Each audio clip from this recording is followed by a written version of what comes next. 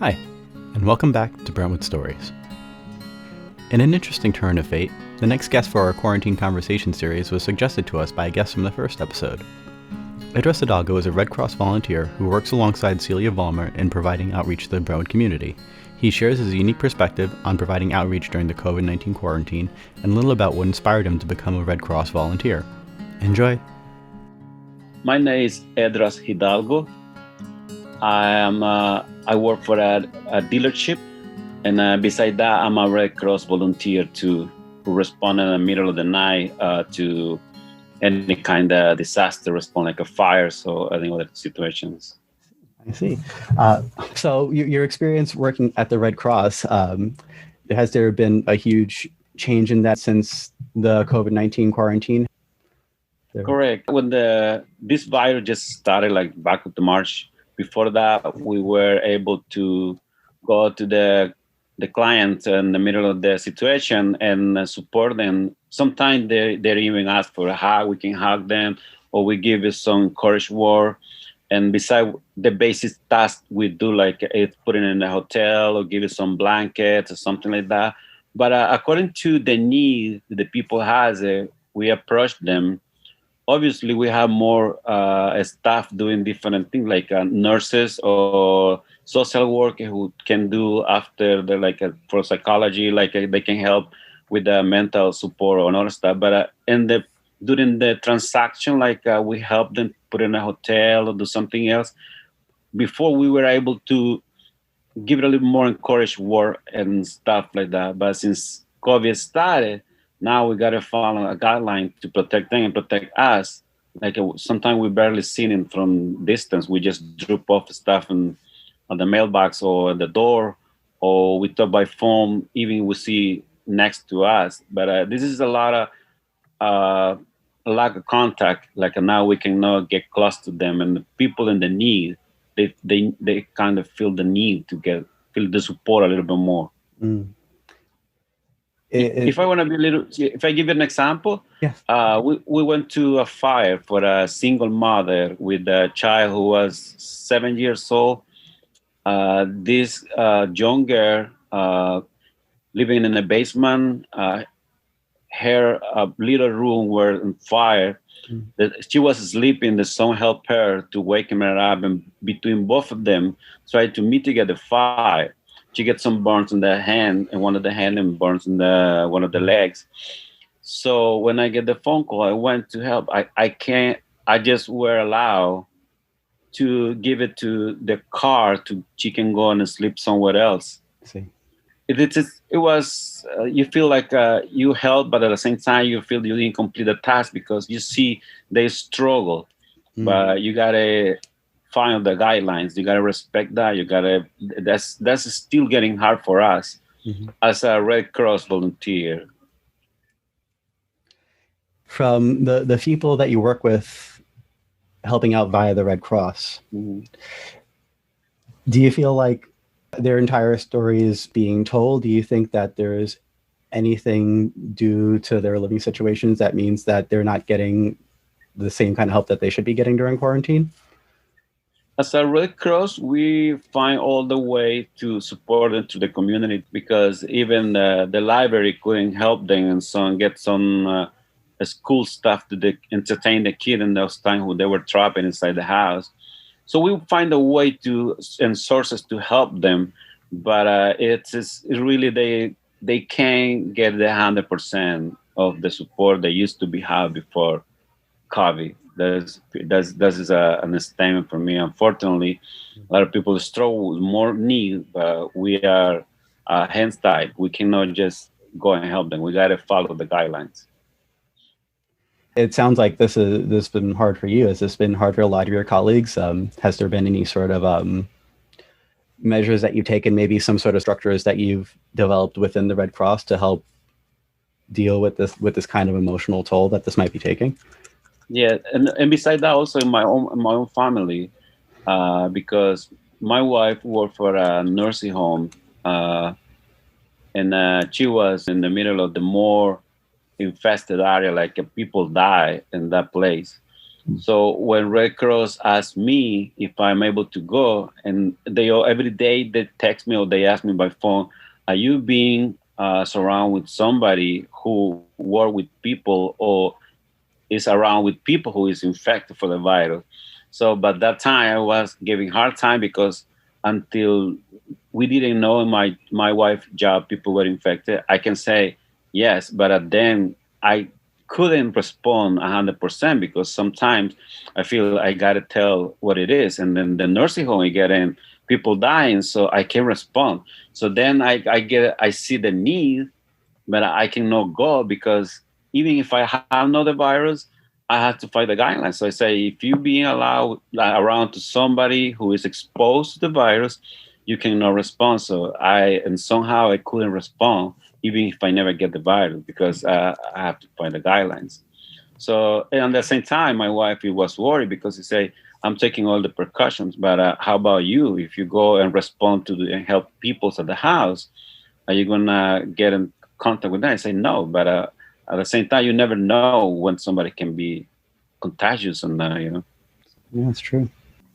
Forgive me, I don't think I asked this before. How long have you worked with the Red Cross? This is a short time. I just started 2017. Until now, it's like 3 years, basically. Was there anything that motivated you to join up with them? Yes, when I was a young kid, my parents were we were a Christian family. My dad was a pastor in the church. So the civil war started in my country, El Salvador, and it was one of the time when the conflict get bad and some people get refugees. So my dad went and grabbed them to our own backyard. So I grew up with those values of compassion and service to the community, and I love to do that. So since I say when I grow up, I want to find the time to do it, and I have a little bit inconvenience to get in touch with the Red Cross before, but since I get in, I feel like I get back home and somehow with the values, the Red Cross value, which is compassion, because you got to really have those values to respond in the middle of the night and leave your comfort area to go and support another one. So I enjoy the Red Cross because it matched with the value core my parents taught me and showed me how to live with them, and I enjoyed to do it. How's work been over at the other job right now? So did you have to take any time off from your other work? Yeah, when started by March, the business closed for a month, and thanks God, I was one of the first employee they called to come back for the workforce, and it's a little bit uncomfortable too because we got to find the protocol. But the job that I do, I get less. I am in less contact with the customer because I work for inventory. So we got to take care of the inventory, and I deal more with the transportation parts and the customers. So I don't see that often, but we got to follow the protocol because all the cars that we receive over the seas or for somewhere else, got to follow that. It's uncomfortable. It really, I feel myself, I would say our day or our week or our month is a little bit more tired now than before the COVID, because every day you go with the mask and then you got to follow the protocol. And over here at my job, we got to really be on all the protocol, all the guidelines. And that is really a little bit more, you get used to it, but it's tired. And on the days, it's a little bit more tired. Yeah, because it's the same work day, but with just all the added measures that you have to take on top of that. So it's the same 7-8 hour day, but just with more stuff added in. Now, Celia happened to mention when we were interviewing her before that some of the outreach that you provide is for members in the undocumented community. And I was wondering if their experience via the COVID quarantine, if there's any aspect of that might have gone ignored, or if there's anything that maybe people should maybe know about, or maybe if there's something unique about what they're going through that might be worth sharing. Honestly, it's for us, it is really a topic nobody so from the town, nobody's gonna talk about it because it's a community is ignoring somehow, but they are there, you know. Mm. So unfortunately, my stronger service is with them because I speak the language. So every time the Red Cross has those kind of audience, they call me to taking advantage that I speak the language and I also cultural understanding the background, all the Central America or Mexico or Latin America background. So since I understand a little bit more of that, it's more easy going for them and for me to build the case and help them. For the example that I told you before, the girl, the single mother with the son 7 years old, she was undocumented, and she couldn't go any place because she was scared to get caught and send her back to the country because so any source of help that she can have, she couldn't access to because she was living with fear. Even when Red Cross first contact her, she doesn't want to talk with anybody because she was just like 3 months since she came from back Honduras. So it was, I got to work to win her trust to be able to provide all the help. And the interest part is even the roommate who rent right next door to her, they don't want to know about her. They don't want to get in touch with her. And she was afraid to say she was not documented. Somebody, the roommate can say something and get deported. So beside that, she also we find a lot of support for her and her son. Son of the teacher who the son has in the only short period of time the kid went to school. Somebody give it to her, send it to him, go to the door to their apartment to drop off a small, I call this electronic device. It was an iPad to the kid can get in class or entertain some during the quarantine time. But then somebody stole it outside the door. Somebody take it away. Some from the roommate or the neighbor, somebody see them. Somebody dropped something, so they just get it and stole it. And I say, well, you call the police. And she say, no, I don't want to see the police because the police can call ICE and they're going to deport me. So she lost that device that somebody with compassion come and give it to her. She lost it because somebody stole it, and she couldn't report it because she was afraid to the cops call the ICE. But it was a big case that we build it up because at the end, even a cops come to their house and in between some police departments from Suffolk Police Department, they buy a mattress for her because his mattress was burning, and they buy another stuff from their own pocket. So the police from their own pocket, they came and drew her in front of his house. She was so happy, and her trust, she built up a little bit confidence and trust in the community, and that's exactly when we feel the rewarding part, when we mix and we can be a bridge for those community in the darkness, like they feel full of fears, and then come and earn a little bit more trust. Then the cops visit her for more help, and then even myself, I step out as a Red Cross. We do our job, and police keep going to her house to support her. They even help her to put the mattress together. That was pretty. It was a beautiful thing to see. To the lady win trust, and now she understands cops are for protect her, not for create situation for her. Wow. Yeah. You mentioned that that sometimes they reach out to you as a resource because of your knowledge of the culture and the language. Does your cultural knowledge come in handy a lot when you're speaking with families? I went to school for sociology, so I was a social study teacher back in my country. But it's not the academic part. It's how do I understand? Because I didn't came illegal to this country. I didn't came in that way, but I understand the struggle because a lot of my relatives came in that way. I can see in those cases to be one of my sister or one of my mother or one of my brothers. So when I treat it in that way, that helped me out to earn their trust, and they get more support what they are supposed to have. So it has really helped me. The language is. I mean, I have a problem. I have a little more struggle speaking to you right now than my own community. You know what I mean? It's must feel great being able to help them, like those stories that you described. It's really rewarding. I invite to anybody who can enjoy any institution like the Red Cross to support. Like a week ago, 2 in the morning last Saturday, my colleague Celia and myself, she called me like they were a phone call for a case, and I went. It was by the LIE, and she said there is no address physically because it's a trailer. I said, all right. And she said, I'm going to give you the phone number for the person. They give me the phone number for the person. I called them, and the person guided me to the place. When I get there, it was like a 2:30 or 3 in the morning. Oh my God!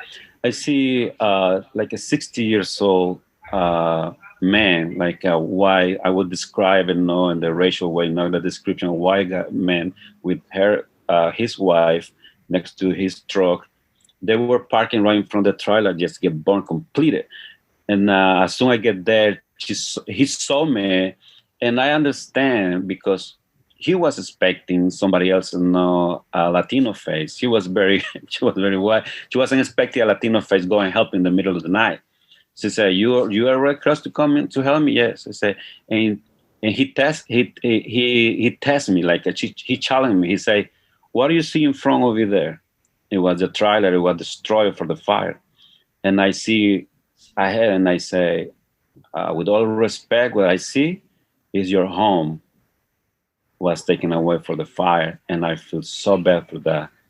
And he started crying, and his wife was shaking because at 2 in the morning, no matter how the weather is right now, when you have an incident like that, your nerve system is get shut down, so your immunological system is down. You feel more the temperature. So the lady was shaking, and I give it some blanket to them, and I asked him, "Do you have any health issues? Like I need to know to provide a little bit more help to you." And he opened the shirt, and he showed me like 8 months ago he was in heart open surgery, like open heart surgery. So it's a lot of struggle in the middle of the night. And when you go there and you feel like you can help people regardless where they came from or what is the background, it's very rewarding. Even but we have minimized the contact because COVID-19 put us in a situation we cannot support it the same way. But I was so happy that I could. I don't like meet people in this situation, but I was so happy to be able to provide the Red Cross provide. It's not my help. This is the Red Cross and donor support, but I just a volunteer who spent time to, instead of being in the bed at 2 in the morning, I love to go and serve them, you know. Wow. Have you worked with Celia since you started volunteering? Basically, my first assignment, it was since I signed in, because I want to put this is a good question what you just did right now. I was looking for Red Cross, to be part of the Red Cross for many years, but something in my immigration situation don't allow me until as soon I get more, my status to get better. So I enjoy the Red Cross, but the thing is, I always see Celia as the face of the Red Cross in my town. So every time I see her, I say, one day I'm going to ask her, where can I go to sign in? So every time I see her, one time I say, you are working with the Red Cross? I'm a volunteer. She said, I said, I want to be part of the Red Cross. What can I do? They say, go to the website.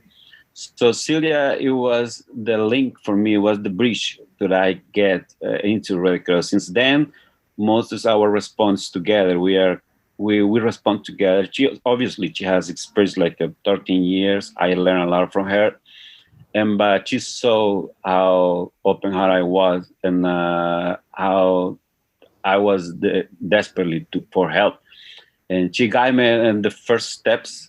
until now, we get in touch almost every day to support people, and not only with Red Cross. Now we can see more community engagement. She let me know, I let her know, and we do as much as we can through other institutions, like she said too.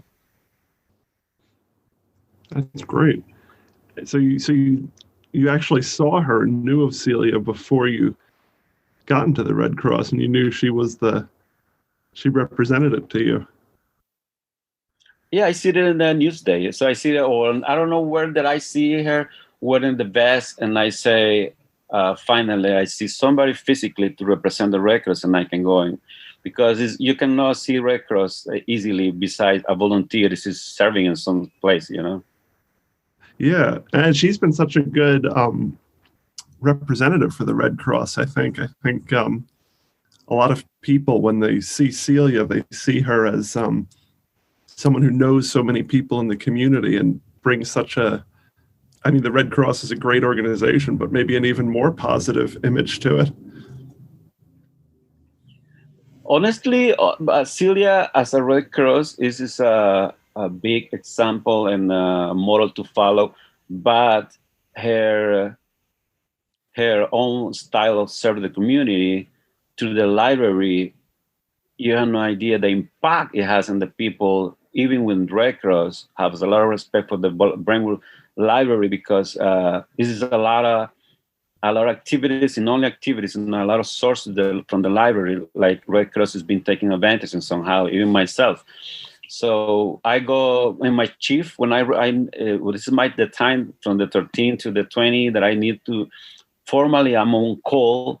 I go to the library to get the hotspot device to be able in the middle of the night to help the people, because when you are there, sometimes the laptop that we have from Red Cross has no good signal. So I gotta go to the library to have them, and that's the way that I can have internet in the middle of the night. That it is a source from the library we can never have for somebody else. How I can get free Wi-Fi or all those the benefit from the hotspot unit from the library, and I also refer the people to the library for mental health, because that's how it works. We fill up a case, but formally we need to step away, and then there is a case work follow them. When the case work finish the case, everything is closed. We have no contact with clients at all. But sometimes they see me and they remember I helped them. They say, I need more help. So I send them to the library. They say, this is a social worker inside the library, Brentwood Library, speak Spanish. They can help you and they can support you for mental help or a low advisor, even for a lot of stuff. We have a lot of referrals. Myself, I do a lot of referrals to the library because I feel the backup of the library. As a Red Cross, I feel there is an institution is more close to my community, even with the Red Cross, what is the Brentwood Public Library. So even if I know they are not from the town, I say, you don't need to be from the town sometimes to get some support, like a food or stuff, like we do the hungry, I call this institution who serve food every other. The Long Island Harvest. So I send them to the library. I've been referring a lot of people to the library since I know how the library can be. That's awesome. Yeah. Peter, it sounds like the Red Cross is really teaming up with the library, maybe even more than you and I knew. So cool. I'm so glad that all these services that we've been providing are getting so much legwork. Since quarantined, have you been faring well as far as staying home? Are you able to keep in touch with all of your family members?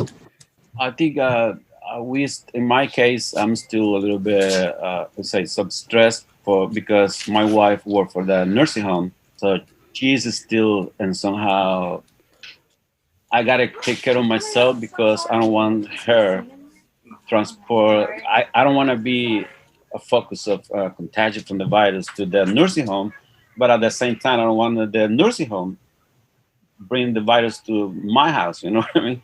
So, so it's a very. That's what I say is we already have 8 hours of work, plus our service as a volunteer. But in that I gotta be protect myself a little bit more, not because my health, is because my wife worked for a place when it's a lot of elders, and they're dependent on how healthy the employees also are. So that nobody talk about it, but at the same time, that puts some stress every day. So on a daily basis, you feel your day is a little bit more heavy because you got the responsibility not only take care of myself, my well-being, or my own family, my own cycle. Even I gotta take care also because there is a lot of elderlies, and at the same time, I respond in the middle of the night. So I don't want somebody who just get and fired on the house situation and living in the staying in the street in the middle of the night. I don't want to go and contagion them because I didn't put attention. So it is more responsibility as volunteers from Red Cross or from another institution. This is more demanding responsibility like than the normal employee or people has in their own house. So that is still for me added a little bit weight in my shoulder every day. And somehow, if I want to be honest with you, you know. Is the holiday season, which is up and coming, do you ever see an increase in calls during the holiday season? Do you expect that coming? As a Red Cross volunteer, we get more calls because the temperature is changing, and they don't prepare themselves for the house, like fire alarms or clean all the system for boilers or stuff. They don't do the preparation in the house. So we got more phone calls for emergencies. Not because it's the holiday season, because the people trying to be more warm and they do stuff they're not supposed to do, you know? I see. Peter, do you think it's time for the question? Yeah, I think it's fun. There's always a fun question we like to ask on the podcast, particularly also speaking about quarantine. Has it changed anything about the kind of food that you eat on a day-to-day basis? Did you used to go out to restaurants a lot and now you're eating more at home? Or is it just the same, just ordering out as usual? My family and myself, we avoid as much as we can to... Honestly, we didn't visit restaurants since pandemic started. Mm-hmm. And the same, we do, I think we have a place we used to go to Riverhead, but it is open. It's a pizzeria. It's the only time, but we avoid it. Oh, well, now I'm curious. What's this pizza place you speak of? It is a pizza. We used to be going because in the summertime we do a lot with my wife. We do a lot of like kayak things. So this is a place we can drop the kayak on the upper river from Peconic River, and we land exactly by the edge of the place that has the pizza. We just get down with the pizza and keep, paddling. So that's why we do it. I know where you go, because me and my fiance, we do kayaking at Riverhead too. We usually rent over at the Peconic Paddler, and that's what it is. Yeah, and then you take it down. You pull up right next to the pizza place. That's fantastic. Oh, okay, yeah, I know exactly where you go. Yeah. Oh man, yeah. This has been fantastic. I really do appreciate you taking the time out to come and speak with us. We're kind of approaching the 7:00 mark over here. I don't think I had too many other questions or anything. Peter, do you have anything else you felt like asking? Or great talking to you today. Is there anything that you wanted to let us know for like future people who might listen to this podcast? Is there anything that you want to make sure that they know about your experience or the experience of people that you've seen during the whole quarantine? I'm sorry, I didn't get the is there anything you want to make sure that when people listen to our recording in the future, in years from now, is there anything that you want to make sure that they get to hear about your experience or about any of the people that you saw during the quarantine? Is there anything you want to make sure that is saved for history? So I would say this is, don't pretend to be by yourself. Like you always have to be living in the community environment mentality. Because if you need it or somebody need it, you gotta be for them, or people are gonna be for you. So there is no time for the people live isolated, because the virus itself is a danger and put us in our home like quarantine. But if we isolate ourselves spiritually and emotionally, it's a little bit more struggle. So we got to live in the community mindset, mentality, and at the same time be able to help. So if you don't help, if you don't have that rewarding part in your soul that make you only your job, feeling like that you're just living for the pay or for the money you need for your bills. But if you do something is rewarding, you get strength, spiritual strength coming from your own soul. Like you can enjoy life in a different way. You know.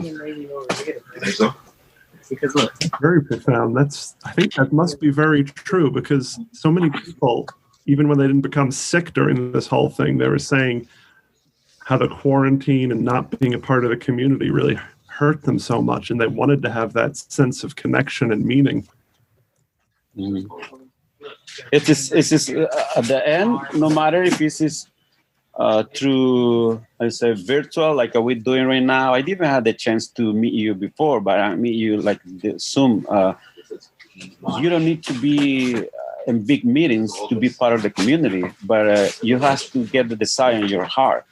Okay, you are connecting, so you need to be as a human being. You need to be connected and be part of the community. If you live in that community, you gotta love the community and you gotta support the community, because at the end, the community support you. So the morning you go 7 a.m, find the bell store.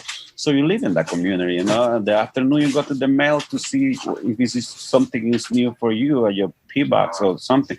So at the end we get the benefit from the community as I get benefit from the library. So the less I can do is be support for the library. So we gotta be in the mindset of we cannot live by our own life independent or isolated. I think that's a great final thought right there. I think that really captures everything, don't you, Peter? I agree. I don't think we should try and top that.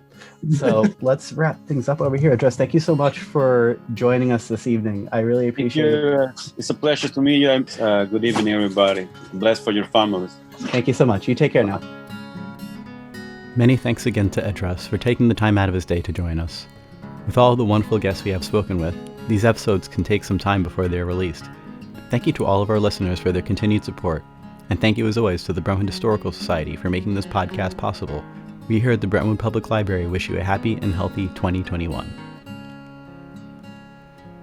Today's music is brought to you as always by Dr. Turtle. You can download his music for free at freemusicarchive.org.